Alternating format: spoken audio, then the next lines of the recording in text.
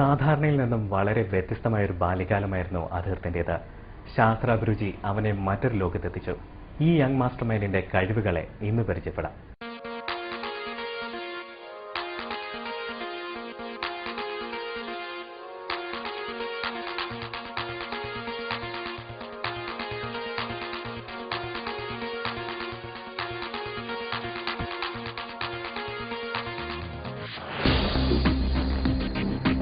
വാഹനമോഷണ സംഭവങ്ങൾ തുടർക്കഥയായപ്പോൾ അതിനൊരു പരിഹാരവുമായി എത്തിക്കുകയാണ് 11ാം ക്ലാസ് വിദ്യാർത്ഥി അധീർ ചന്ദ്രൻ. ബൈക്ക് അലാം സിസ്റ്റം എന്ന് പേരിട്ടിരിക്കുന്ന അധീർത്തിന്റെ ഈ കണ്ടുപിടുത്തം മോഷ്ടാക്കൾക്ക് കെണിയാവുകയാണ്. ബൈക്കിൽ ഘടിപ്പിച്ച മൊബൈൽ ഫോണിന്റെ സഹായത്തോടെയാണ് ബൈക്ക് അലാം സിസ്റ്റം പ്രവർത്തിക്കുന്നത്. ബൈക്ക് മോഷണം പോവുകയാണെങ്കിൽ ബൈക്കിൽ ഘടിപ്പിച്ചിരിക്കുന്ന മൊബൈൽ ഫോണിൽ നിന്ന് ഉടമസ്ഥന്റെ ഫോണിലേക്ക് അലാം അടിക്കും. ബൈക്ക് അലാം സിസ്റ്റത്തിൽ ഉടമസ്ഥന്റെ നമ്പർ മാത്രം സെറ്റ് ചെയ്തിരിക്കുന്നതിനാൽ വാഹനം എടുക്കാൻ തുടങ്ങുമ്പോൾ തന്നെ ഉടമസ്ഥന് അറിയിപ്പ് ലഭിക്കും.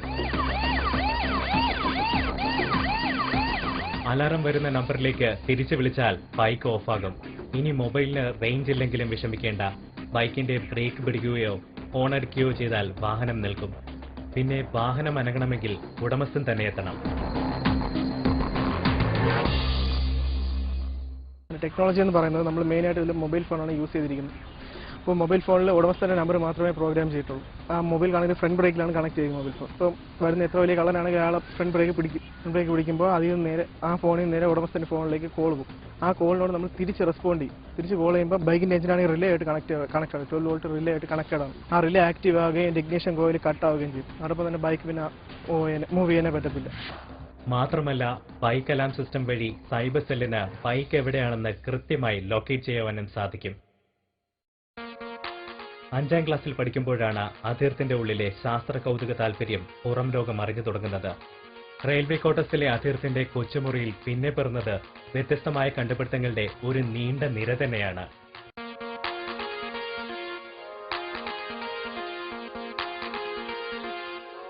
കയ്യിൽ കെട്ടി നടക്കുന്ന വാച്ചിൽ നിന്നും ഷോക്ക് കൊടുത്താൽ അക്രമിയിൽ നിന്നും സ്ത്രീകൾക്ക് രക്ഷപ്പെടാമല്ലോ എന്ന ചിന്തയുടെ ഫലമാണ് ഇലക്ട്രിക്കൽ വാച്ച്.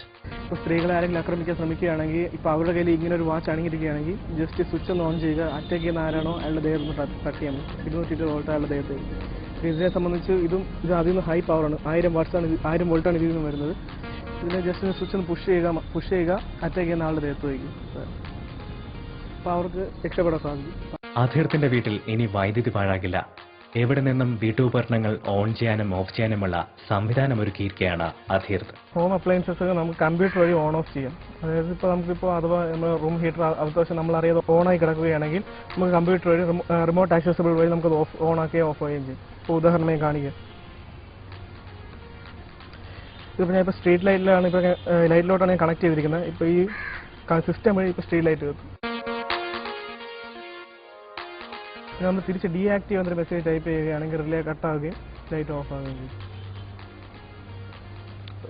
തിരുമല AMHSSലെ +1 വിദ്യാർത്ഥിയാണ് അധീർ ചന്ദ്രൻ.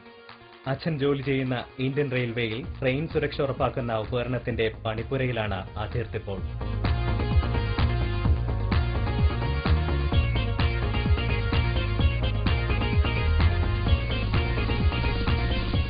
ഇനി ഉപകാരപ്രദമായ നിരവധി കണ്ടുപിടുത്തങ്ങൾ നടത്താൻ അധീർത്തിനാകട്ടെ എന്ന് ആശംസിക്കുന്നു.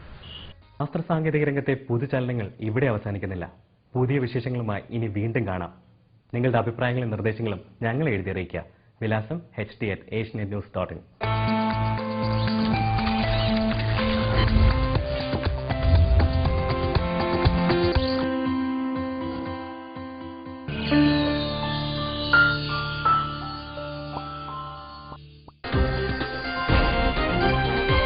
സാങ്കേതിക രംഗത്തെ പുതുചലനങ്ങൾ ഇവിടെ അവസാനിക്കുന്നില്ല. പുതിയ വിശേഷങ്ങളുമായി ഇനി വീണ്ടും കാണാം. നിങ്ങളുടെ അഭിപ്രായങ്ങളും